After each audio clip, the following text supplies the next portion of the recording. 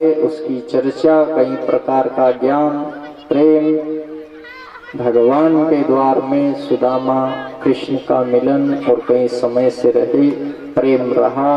और जिस दिन जाने का समय हुआ उसी रात में भगवान ने विश्वकर्मा को बुलाया और रातों रात बिन कहे सुदामा नगरी बसा दी द्वारिकाधीश। बिन मांगे दे दिया। क्या दिया? माया दी पर सब दुनिया जानती है, सुदामा फिर भी उसमें नहीं रहा। वो जानता है कि इसमें जाऊंगा तो उसको भूल जाऊंगा।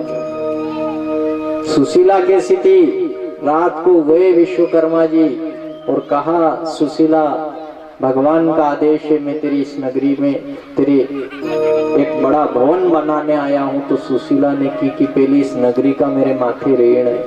किसका ऋण है?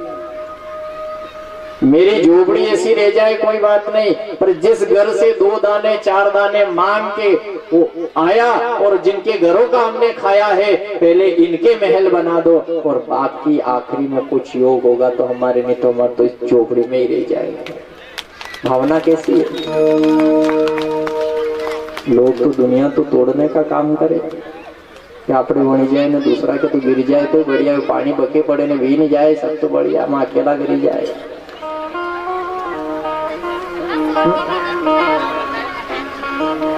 सुशीला पिंडारक क्षेत्र, जामवंती का बेटा शाम, और उसने एक नाटक कर ली। ध्यान दे देना, 10 मिनट के बाद में इस कथा का मुकाम पे दुख व्रती के साथ में भगवान की आखिरी प्रेरणा क्या कह रही है कथा की, कि सांब किसका बेटा है?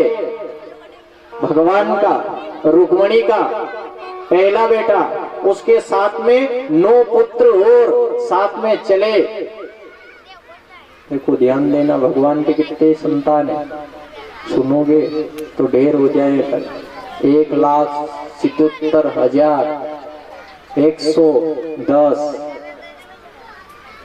एक रानी से 11 संतान। अब ये कौन थे, ये चीज का ज्ञान प्राप्त करना जरूरी। आप ये मत सोचना कि इतनी औरतें थी न इतने छोरा छोरी हुए होंगे।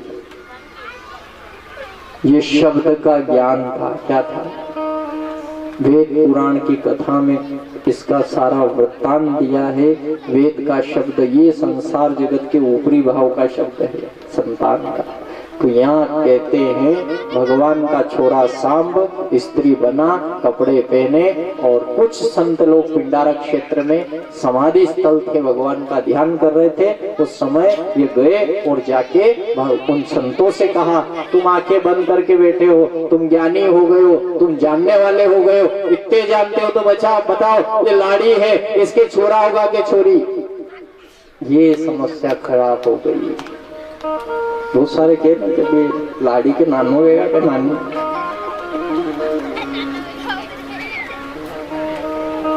तो आप नाना नानी पे क्यों जा रहे हो? लड़का लड़की क्या होता है? कोई के 2 लड़की 4 लड़की 5 लड़की। लड़का क्या है, लड़की क्या है? अच्छा, लड़के के आप क्या सोचते हो कि वो क्या करेगा? वो कुंटा में वास कराएगा? अच्छा, लड़के की कामना किस लिए? आपके धन को संभालने के लिए? काई को? ये सेवा करेगा यूं?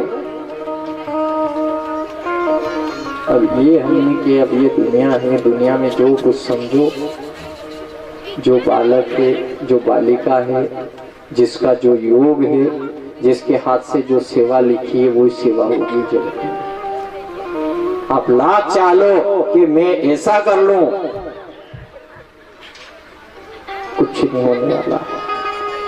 ये आया है संत के पास में, क्या कहा? कुछ नहीं है, लोहे का ऐसा मूसल था, उसके कपड़ा लगाया और यहाँ पेट के यहाँ रख लिया, और जैसे गर्भवती माता होती है ऐसा बन गया वो, और साड़ी वाड़ी पहन ली। छोरा है छोरी बन रहा है जबरदस्ती का, वो जैसे कि उसके संतान हो, 7 महीने हो ऐसा प्रतीत करवा रहा है उसके साथ में। और साथ में और छोरों ने साड़ियां ओढ़ रखी, कोई 2-4 छोरे भी आ गए साथ में, और 2-3 सहेलियां बन के आ गई और कहा कि देखो ये लाड़ी के छोरा होगा कि छोरी? तो संतों ने की थी, जाओ खेलो, अपना अपना काम करो। फिर आएगा, नहीं बताओ, बहुत जानकार हो गए हो आप, संत हो। लोग कहते हैं संत त्रिकालदर्शी होते हैं, सब जानने वाले होते हैं, कहीं कहीं उनकी साधना में शक्ति होती, तो बताओ होगा क्या, छोरा की छोरी, लड़का लड़की, होगा क्या। उन्होंने फिर से की, देखो बार बार आए और बार बार संतों ने शांति रखी और कहा कि जाओ, ये तुम्हारे काम का विषय नहीं है, तुम अपना काम करो। पर शाम बार बार सब बच्चों को लाया साथ में, अरे देखा तो सही कि कतरा जानकार है कि तो छोरा की कहेगा न के छोरी भी, पूरी दुनिया ही जानती है। अच्छा तीसरे की कौन कहेगा कि तो लड़का हो गया लड़की, पर ये तो हम जानते नहीं कि यहाँ तो लड़का लड़की कुछ नहीं है, खुद ही लड़का है, और इसके जो पेट में है वो तो लोहे का है। अगर ये जानेंगे तो के तो छोरे की कहेंगे न के छोरी की। ये परीक्षा ले रहे थे कुल मिलाकर। ये शुरू से कथा का हुई कि संत का अपमान हुआ, शराप मिला, तो यहाँ भी इन बच्चों ने क्या किया, संतों के सामने आके झूठ मूठ की नाटक रचाई। संत ने फिर कहा जाओ खेलो, लेकिन वो नहीं माने। अब तो संतों को बड़ा एकदम से क्रोध आ गया, क्योंकि क्रोध की कोई सीमा रहती है। क्रोध आया और आके उसी समय अंगिरा गोत्रीय वहां पे भृगु बैठे थे, वशिष्ठ बैठे थे, उनने हाथ में जल लेके कहा, बच्चे तुम नहीं माने, जाओ मैं श्राप देता हूँ तुमको, ये लड़का है, इसके गर्भ में न तो छोरा है न छोरी, इसके गर्भ में एक लोहे का मूसल है, उस मूसल से ही तुम्हारे पूरे यदुवंशियों का नाश हो जाएगा। सब दुख का कारण बन गया। आज भगवान कन्हैया की आंखों में आंसू आ गए। उसने कहा काम तो तमाशा जितना था ये संसार जगत का लगभग अपनों ने जिसके लिए आए थे काम तो पूरा कर दिया। अब ये आखिरी में मिला है तो इसको भी स्वीकार करना पड़ेगा। अच्छा छोरे का कोई गलती माता पिता को भुगतनी पड़ेगी नहीं? अरे बोलो तो सही, भुगतने पड़े ना। माता पिता का कर्जा दुनिया ने कहा बेटे को देना पड़ेगा, और बेटे का भुगतान कभी माता पिता को करना पड़ेगा। कोई ऐसा कर्म कर लेता है, माता पिता बेचारे परेशान होकर 1-2 बीघा खेत भी बेचना पड़ता है। इसके माथे का देना तो पड़ेगा। कर्ज है, भाग्य है, अभाग्य है, पाप है।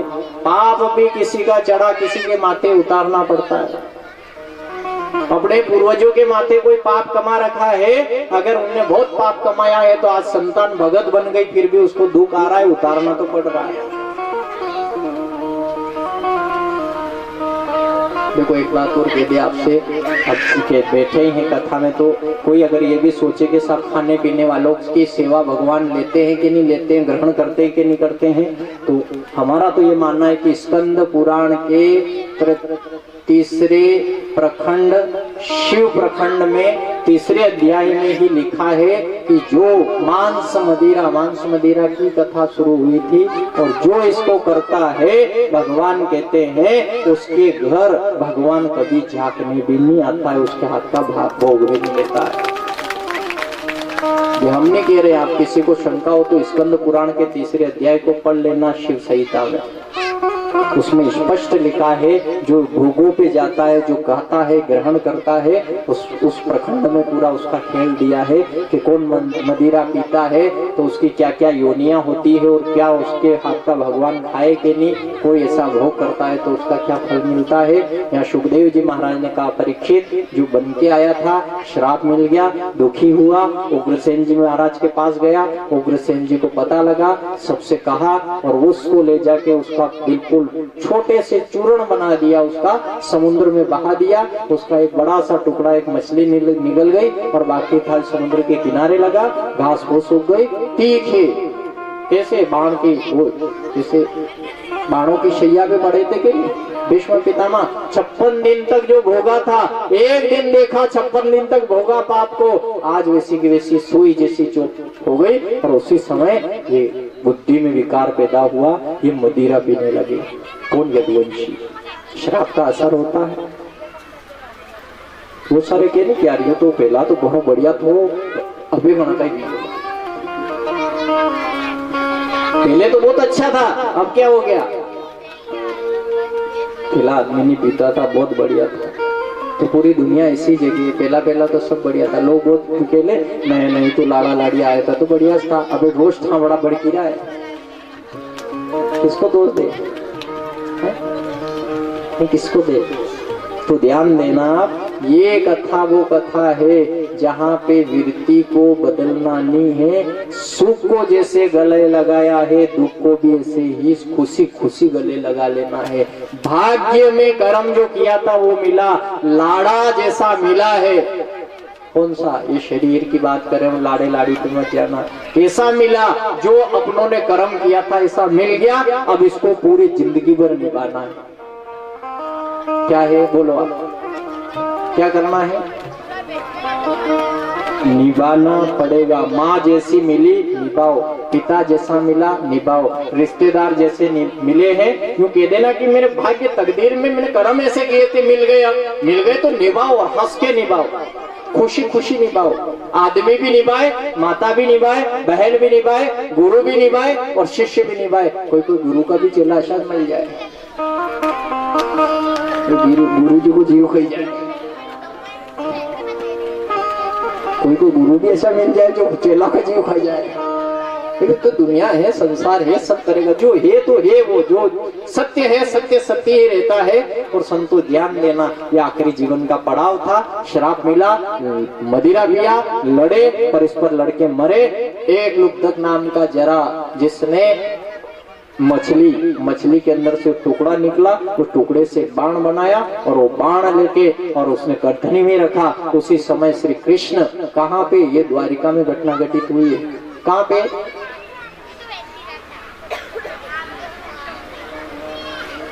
अच्छा, द्वारिका में ज्योतिर्लिंग के दर्शन करने गया कोई? कौन सा ज्योतिर्लिंग है वहां?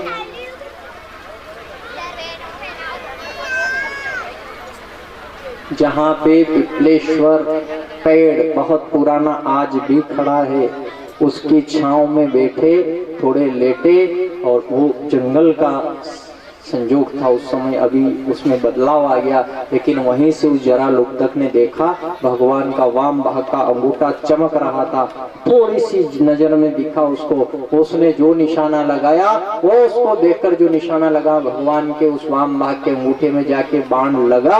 वही मछली ने जो निकल रखा था उसी से जो लगा, खून निकला। और उसी समय भगवान ने एक करतनी से आवाज लगाई, वो लुब्धक दौड़ के आया, भगवान के चरणों में गिरा, क्षमा याचना करने लगा। भगवान ने कहा, मैंने जो किया था आज तूने उसका बदला पूरा कर दिया। एक दिन मैंने छिप के बाण मारा था, आज तूने मार दिया। दशरथ जी ने भी छुप के बाण मारा था, तो श्राप मिला कि नहीं मिला? शब्द वेदी बाण चला था तो उसको दशरथ जी को भुगतना